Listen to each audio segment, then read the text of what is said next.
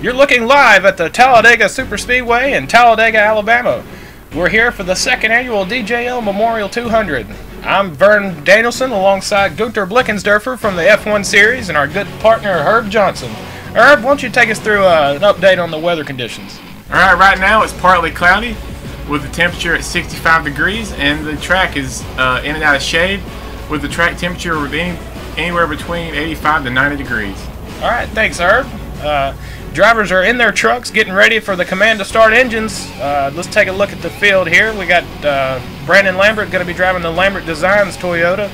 Anytime you come to a super speedway, especially here at Alabama, you got to get ready to defend yourself against the Alabama gang. Lambert on the pole for this race, so that truck's going to be fast. Brett Lawrence going to be driving the Mobile One Toyota in today's race. This is his first race back in several months, so we'll get to see how good he's going to be, try to knock the rust off, and hopefully he'll have a good run. And here we have Sean Taylor. He's driving number 82 Sunoco Dodge Ram. Look for him to be up front. He's always a good contender here at Talladega and all the good super speedways. And here we have Adam Codle. He's driving number 33 Chevrolet. It is black in memorial of his grandmother who passed away in 2008. And anytime you come to Talladega and Daytona, you got to put up with the Shermanator, Keith Sherman, and the 15jegs.com Chevrolet. He's going to be ready to roll here in just a minute. And a couple of new faces today. We've got Leighton Sybil in the number 25 Big Evil Racing Chevrolet. And here we have Jarrett Stewart driving the Ritz Oreo number 4 Toyota for Lambert Lawrence Racing. He's always a good contender at the super speedways. And Nick Baker driving the memorial truck for Sandy Hook Elementary School. Sad tragedy for those kids and their families. Our prayers and thoughts are with them. Thanks, Herb. Now let's send it down trackside to get the command. And now, race fans, here to deliver those most famous words in motorsports. Please welcome Coca-Cola Racing family member and 1999 NASCAR Sprint Cup Series champion, Dale Jarrett. Thank you. Now let's get these guys ready to race. Gentlemen, start your engines.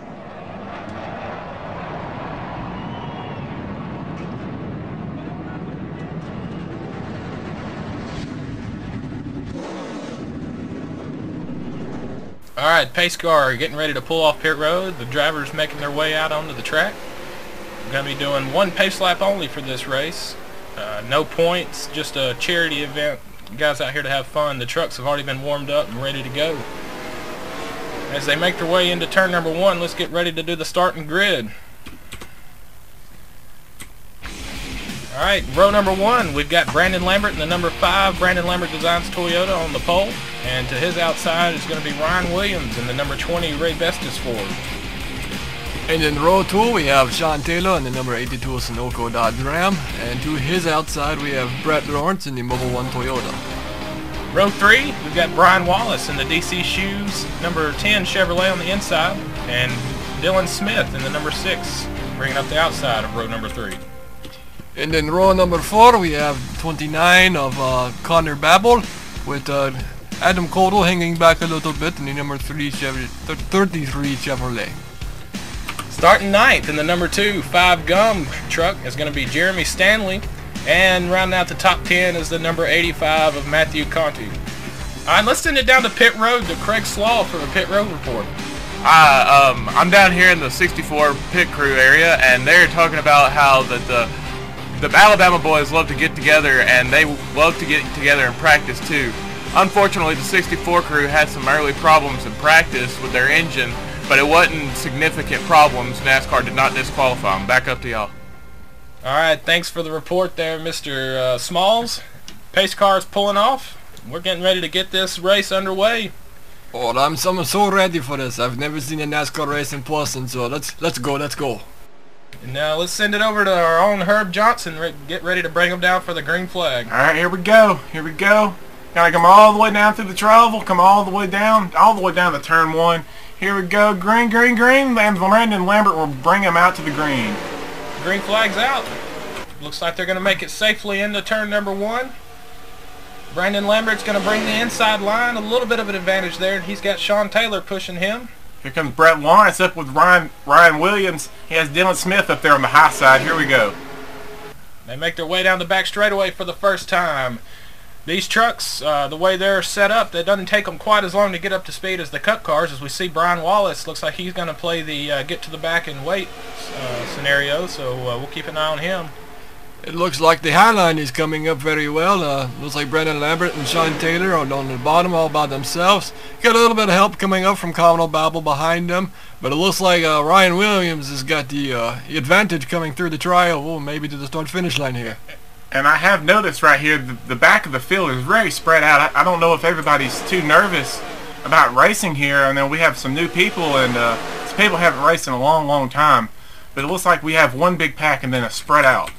And you see the number 6 there of Dylan Smith is getting shuffled out. Looks like Adam Codle's got Keith Sherman pushing him. They're getting ready to make their way up to the front. So Dylan Smith getting shuffled out.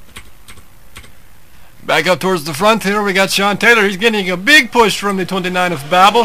The Alabama gang is starting to get hooked up with Brendan Lambert and Brett Lawrence on the outside, but Sean Taylor's got the advantage on the bottom for right now.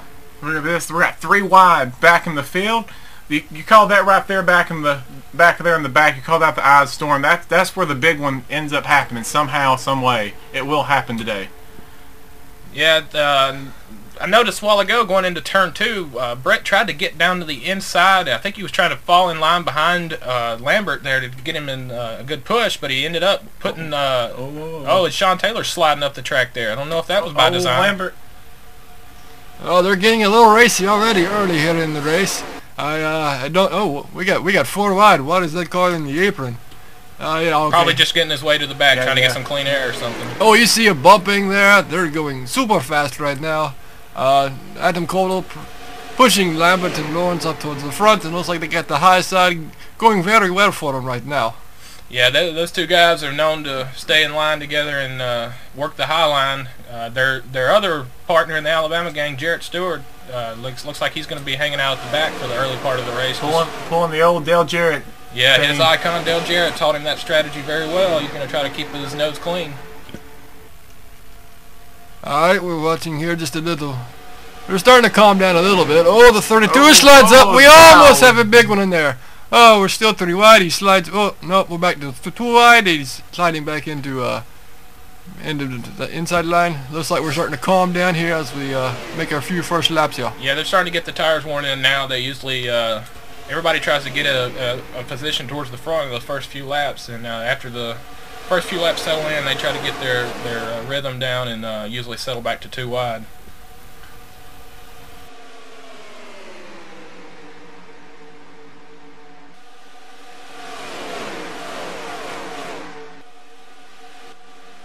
Looks like Jake Poulin trying to push Keith Sherman up there. The way these trucks, the aero package and the cooling configuration, they're trying to mimic the way NASCAR has their cooling set up, where you can't really get the 2-truck pushing going on. So I don't expect to see a lot of that today. You're going to have plenty of help if you want to make a move up on the high side. I just love watching them snake down the backstretch as they get the draft. Oh, Adam Codle touching the apron there. He's getting under Brett Lawrence. Don't get down on that left side. That's an easy turn for Brett Lawrence. Yeah, and just want to reiterate the yellow line rule. He can dip below the yellow line as long as he doesn't advance his position. If you advance your position, you have to give that spot back or you will be black flagged. Well, it looks like they're starting to get single file for right now up towards the front. I don't know if this is normal, but it's definitely calming down. We got a little bit of 2 wide and 3 wide in the back. Not very much. We got the guys hanging out in the back again. Oh, it looks like somebody just brushed the wall there. Somebody did just brush the wall. And we got one down in the apron pulling back there in the back. I wonder if he's overheating or not. I think that may have been, is either Jake Poulin in the Navy truck, or it might have been Jeffrey Stanton there in the 61. We'll have to get our pit reporter Smalls on the case, see if we can find out if anybody's got any damage out of that. We're coming back down through the tri-oval. We got the good single file line of the front runners. We got just a few trucks in the back trying to get the high line going, but for right now it's just the low line. And you know these guys, you may not realize if they are pulling 3 Gs going through these corners 195 miles per hour. I mean, you got to realize when you're in this car or this truck, it's so hard. Your head's bobbing. You can't really see. And I'm just surprised right now that they're actually at single file. We got one truck back there in the back going down in the apron. That was Brian Wallace. Looked like he had some kind of a problem. Yeah, he's got looks like a left rear tire maybe going down. You see him, he's having trouble keeping control of the car, or the truck. We'll have to keep an eye on that. He's going to stay out. He's not pitting, so whatever the issue is, he's going to try to fill it out, and hopefully we don't have a bigger issue because of that. Brandon Lambert has just seemed to, him and Brett Lawrence have just dominated down the bottom. They just, it just seems that when these guys get together, you just cannot pass them at all. Yeah, we talked to Lambert before the race started, and he said if he starting on the pole, if he can get hooked up with Brett and try to stay out front, they'll do that. And unless they feel that the action's starting to pick up, they may drop back to the back and pick up Jarrett, just kind of ride out. But it looks like right now they're going to be determined to stay up front as long as they can. And they look still single file here. Get Adam Calder, he's kind of ducking out. Nothing real big happening for right now. We're 2 wide from about the 7th on back. Looks like the Highline's trying to get going a little bit. This is my first NASCAR race in person, so it's very exciting for me. I don't know what to expect in all this. Can you tell me anything? What should I expect here? Well, pretty much what you've seen so far is what you can expect. We're going to have a lot of 2 and 3 wide racing throughout the day. And a lot of times we have the big multi-car incidents. Hopefully keep our fingers crossed we don't have anything like that happen today. But I just wanted to point out, I mentioned earlier in the broadcast we had some new faces, and Leighton Sybil in the number 25, he's worked his way up. We've got a truck in the wall back in the back. We do have a truck in the wall. There was one truck around. Spinning. Jarrett Stewart misses him barely. One's on the grass. We have one on the grass. That's the 31 of Nick DePalmo. He loops it around. I think, though, the first truck that got out of shape there was, as we see, the 6 of Dylan Smith. He's trying to get his truck righted. But if I'm not mistaken, that camera shot, it looked like Jake Poulin bounced off the wall. We'll have to find out if he's got any damage. But Jarrett Stewart did sneak by there very and looking close. At the right side, he did. Yeah, he's gotten into the fence with the Navy number 28, so he's definitely going to have to make some repairs on that truck. All right, take a look at the replay. There's Jake Poulin. He's got Dylan Smith right there to his outside. We know these two guys got into it somehow. You can see him right here. He gets in. I think he's probably. Yep, he gets in this corner panel right here. And this is going to be a whale of a ride. Yeah, he whales that wall. The 31 down here getting hit by the 6. Oh, and the 20 just barely squeaks by. He goes on the apron and misses the 31. You see Jarrett Stewart. He looks like he's going to squeak by as well. It looks like that strategy at the back paid off for Jarrett. He's able to make his way through it. Let's take another look here. It's coming at you. I can't tell if Jake... He obviously was trying to get underneath the 6, but didn't give him enough room there, and they just come together. He may have had what they call a tight pushing condition. It's where the car, the front end just does not want to turn, and this is it's very early in the race, so they may need to adjust on that truck. But as you can see, he's just caused not a massive wreck, but he has caused a wreck that is going to affect some cars. All right, here it is on board with Jarrett Stewart. We're going to try to see if he can make his way through this wreck. You see right here, you see him up there, and you just see the smoke, and you all of a sudden you have to get down the brakes. But oh wow, he just barely misses him. And the 31 tries to come back up. But he has a pretty good view there. I'm glad he was able to make it through that. Great job by him and his spotter to get through that. All right, now leaders all coming down pit road. Looks like the entire field is going to make the way. Nope, Sean Taylor's staying out, so we know Sean's going to try to get some track position here. Maybe try to lead a lap. As Brandon Lambert's going to bring the field down pit road. Let's send it down to Craig Smalls. He's in the leader's pit, getting ready to cover the pit stop. Lambert had early problems, but they figured him out. It was coming onto the starting grid, but they figured out that the left tire did have a little bit of dirt on it. They had to just get it off from earlier practice. Also, I heard from Nick DePalmo's crew that earlier when you saw him wiggle that it was indeed a left tire going down, but it wasn't completely flat yet, so they were able to stay out. All right, the leaders make their way out pit road. Looks like Brandon Lambert's going to regain the lead there. He's going to lead out. Looks like the 25 is going to move up to second. Leighton Sybil. Good pit stop by that crew. I think we did have a little bit of trouble on pit road back there in the back. Some cars may have got turned on pit road. We'll have to go back and take a look at that. Let's take a look at that. Here's the 88 of Jeffrey McClintock. He's coming into his pit stall. 29 misses him. Oh! Chris Wetz. 71 of Chris Wetz, just trying to get in his pit stall, nowhere to go. Runs into the back of him. And luckily, no crew members got tangled up in that. They were all able to miss him.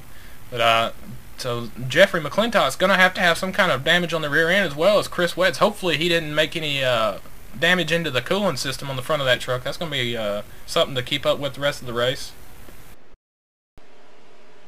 Alright, as the field is now on the back straightaway, they've been given the 1 to go, getting ready to come back to the green. Sean Taylor did end up making a pit stop, so he will drop back to the back of the pack. So it's going to be Brandon Lambert, Leighton Sybil, Brett Lawrence, the 32 of Cosmin Yodanisha, and the 88 of Jeffrey McClintock. And then the outside line is starting to lag back a little bit on the restart. They did that on the start of the race. There's Adam Codell. He's going to be restarting there on the high side in front of Jarrett Stewart. Jarrett Stewart's moved up here. Let's see if he's going to stay up here or fall to the back. See if he's going to play another strategy. See if he can hook up here with his other teammates. But be interesting to see if his teammates actually fall to the back with him. If they do, in fact, fall to the back. But here we go, green. All right. Brandon Lambert brings the field down to the restart box. And we're back under green. Oh, looks like the 32 didn't get up to speed. He's going to stack up the outside line. Looks like everybody gets away cleanly, though. Close one. Jarrett Stewart dropping down to the bottom here. I don't see any damage on anybody from that stack up, but it was a close one. That looks like a start of an F1 race when they're all standing still and somebody just doesn't go. In fact, Jarrett Stewart is dropping down to the apron. That is, in fact, he is going to the back. So he is not going to hook up with his teammates up here. Brandon Lambert continues to lead. He's got a good push from Brett Lawrence there. It looks like further back behind him, Jeffrey Stetton's going to push the 25 out of line, and he's going to move on up into the 4th spot. He's got Jeremy Stanley in the 2 truck there with him. Now Adam Codell's going to hop up. No, thought twice about that. And he'll hop back down to the inside. So this is usually about the time in the race where everybody just tries to get in line and ride and make sure they stick around to the end of the race. You don't want to end up, getting yourself in trouble. Oh, a little stack up there with Keith Sherman. Don't want to jinx them there. Sherman gets a little bit of a run on the truck in front of him, has to pull up to the high side.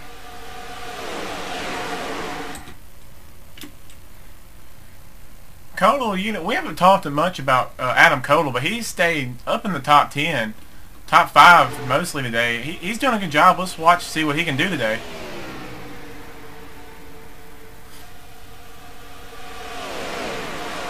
Those giant flags in turn number 4 are always a symbol of Talladega in the recent years.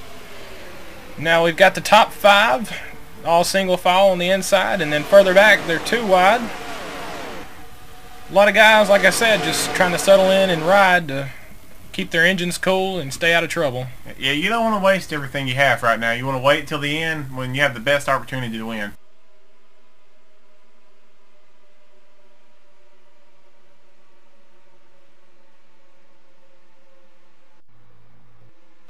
Well, Gunther, you enjoying your first live NASCAR type deal here? Are you having fun so far? Oh, very much.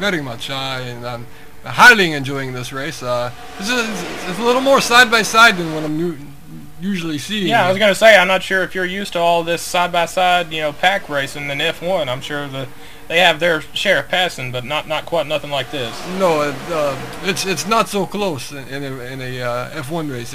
It's more spread out and it's a lot of strategy. This is just nuts and crazy. Yes, we see the number 1 truck there trying to make his way up to the high side. No. Not a lot of guys willing to jump out of line. As we see Jeffrey Stanton, though, he's going to make a move down to the inside. He's going to have help. Can he get up alongside? No. The 2 trucks there, the LLR trucks, too much of a push. Oh, Adam Codell. Yeah, he got down onto the apron again. We've seen quite a few guys do that. I'm not sure if that's by design. I wouldn't think so.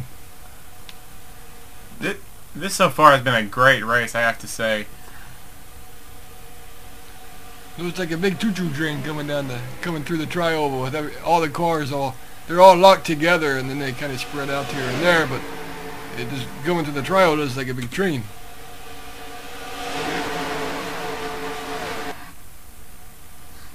So Lambert continues to show the way as they make their way down the back straightaway. It's going to be interesting to see, like we mentioned at the beginning of the race, their goal was to try to stay out front as long as they could. So far, so good. Now we got Brian Wallace trying to bring the outside line up, see if they can make a run. He's got the 88 of Jeffrey McClintock, Sean Taylor, and Keith Sherman all there pushing along. Let's see if we can get a couple other trucks up there. We see the 32 trying to make his mind up if he wants to jump up there or not. It looks like he's going to pull back down to the inside. And you may even see during the middle of the race that some guys will try to see if they can get up there and see what they have for the end, just to test out and feel the waters, and, see what they have to when it is time to go, that they can make a move. Now it looks like the 31 there of De Palmo, he's going to pull out of line. Looks like he's, whatever he was trying to test out there, he's got that figured out. He's going to drop back and hang around the back.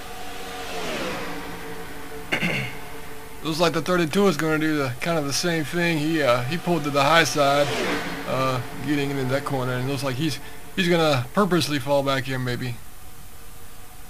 A lot of guys falling to the back.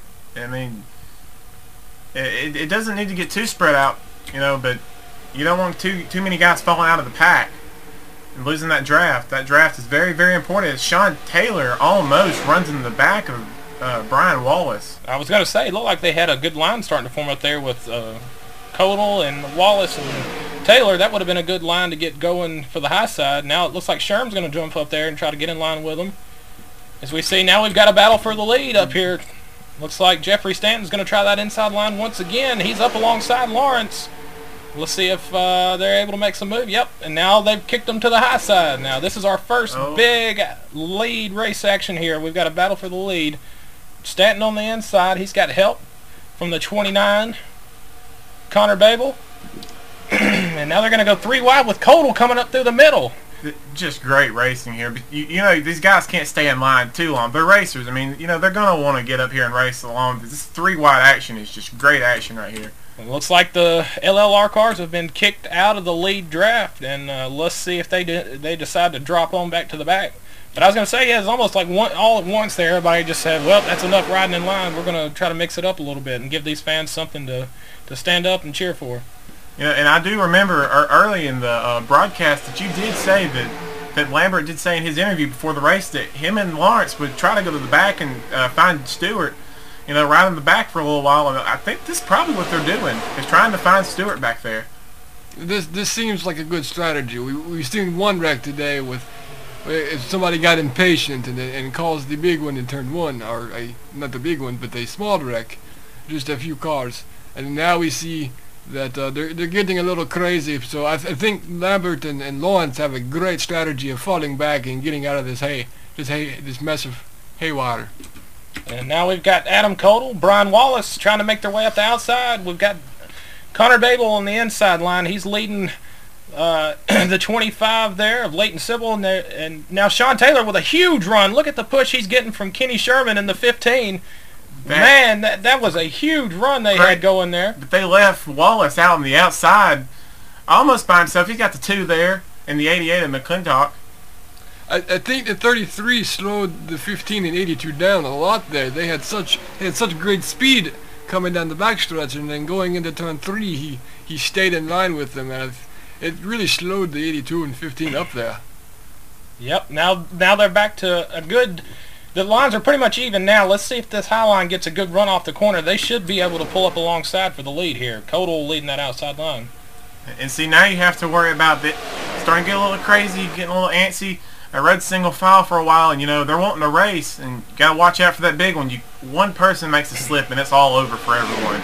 You see everybody within inches of each other there. They all try to get as big a push as they can down the straightaways, and then try to, you know, leave the guy a little bit of room in the corner to where if he has a problem, he can check up and you don't have any issues. In fact, back there in the back. Oh, look at the run by Taylor. He's going to drop down to the inside and try to make a move for the lead here at the finish line. But what I was going to say is, in fact, that Lawrence and Lambert have found Stewart in the very, very back. They have, but look at this three-wide racing right here. Now we got Brian Wallace. Oh, one truck down onto the apron, the 51 there, Dylan Livingood. He's got some kind of an issue there. We'll have to keep a check on that. Now Taylor looks like he's going to get out of the eye of the storm here. He said, all right, guys, that's enough for me. Y'all go ahead and have fun. I'm going to drive back and take a look and watch from back here in the safety net. He could have been doing what I said earlier. It's just testing out the water, see what he has for later. But these guys are absolutely racing their hearts out right now. Oh, man. Caldwell is getting crazy, and I don't like this. He's all over the place. I know he's trying to like lead every lap, and it's getting very crazy. And this impatience is what causes the big ones. That indeed it does, Gunther, and that's good. That's a good description of what would happen sometimes. These guys, once they, a lot of times you get frustrated with a certain driver. Maybe he's, you know, not cutting you a break, giving you a position if you think you had it, and you tend to do stuff without thinking, and that can always lead to problems. Sherm right here trying to go for the lead. He's got a good push from Brian Wallace and the two truck of Jeffrey Stanton. Yeah, two truck actually there is going to be Jeremy Stanley this week. It's all right, Herb. Sorry about that. Now Jake Poulin. Oh man! Oh, look at my Cole. goodness! What a save there! He got the back end completely sideways, but a nice save. You know, as our good buddy Darrell Waltrip always likes to make note of, the tribal here with this little banking is there is really, really treacherous coming through there. The back end usually tries to come around, and we saw that right there with Codal. Yeah, it really is. And driven it before, you know, you go through the tribal and it gets super loose coming through there. Now look at the line of trucks here. They're all bumper to bumper, trying to give each other as big a push as they can. And you see they back off once they get to the corner. And now we've got Codal trying to come up through the middle. I don't know if that's going to work. He's got no help. He's in what they like to call the sucker hole. He's got no help. I think he's found it now. He's forcing his way down to the inside. Yeah, he's going to fall in line behind Jake there. Sherm. Oh no, Sherm's going to get put in the middle here. I was going to say I think he was trying to get a bit of a side draft, but that's not going to work out. The 71 of Chris Wetz is weaving back and forth. I don't know what that's about. He may have some damage from earlier, but I'll have to take a look at that later. Yeah. Still watching Adam Caldwell here. You see, he got the 28 truck already loose, and he's still pushing as hard as it can. Oh, Wetz again with a little bit of a wiggle. I don't know if he got a bump from the truck behind him there or what, but man, just great racing here, guys. Great racing. 3 wide all the way through the top part of the field here, and I think if you'll notice back there, you'll see Sean Taylor, Lambert, Lawrence, Stewart, all those guys all just waiting, trying to get you know, enough room where if something happens they can check up and miss it, because those guys are pretty good about feeling out the race, and once they get the feeling that things might be going a little south, they'll try to get out of there. So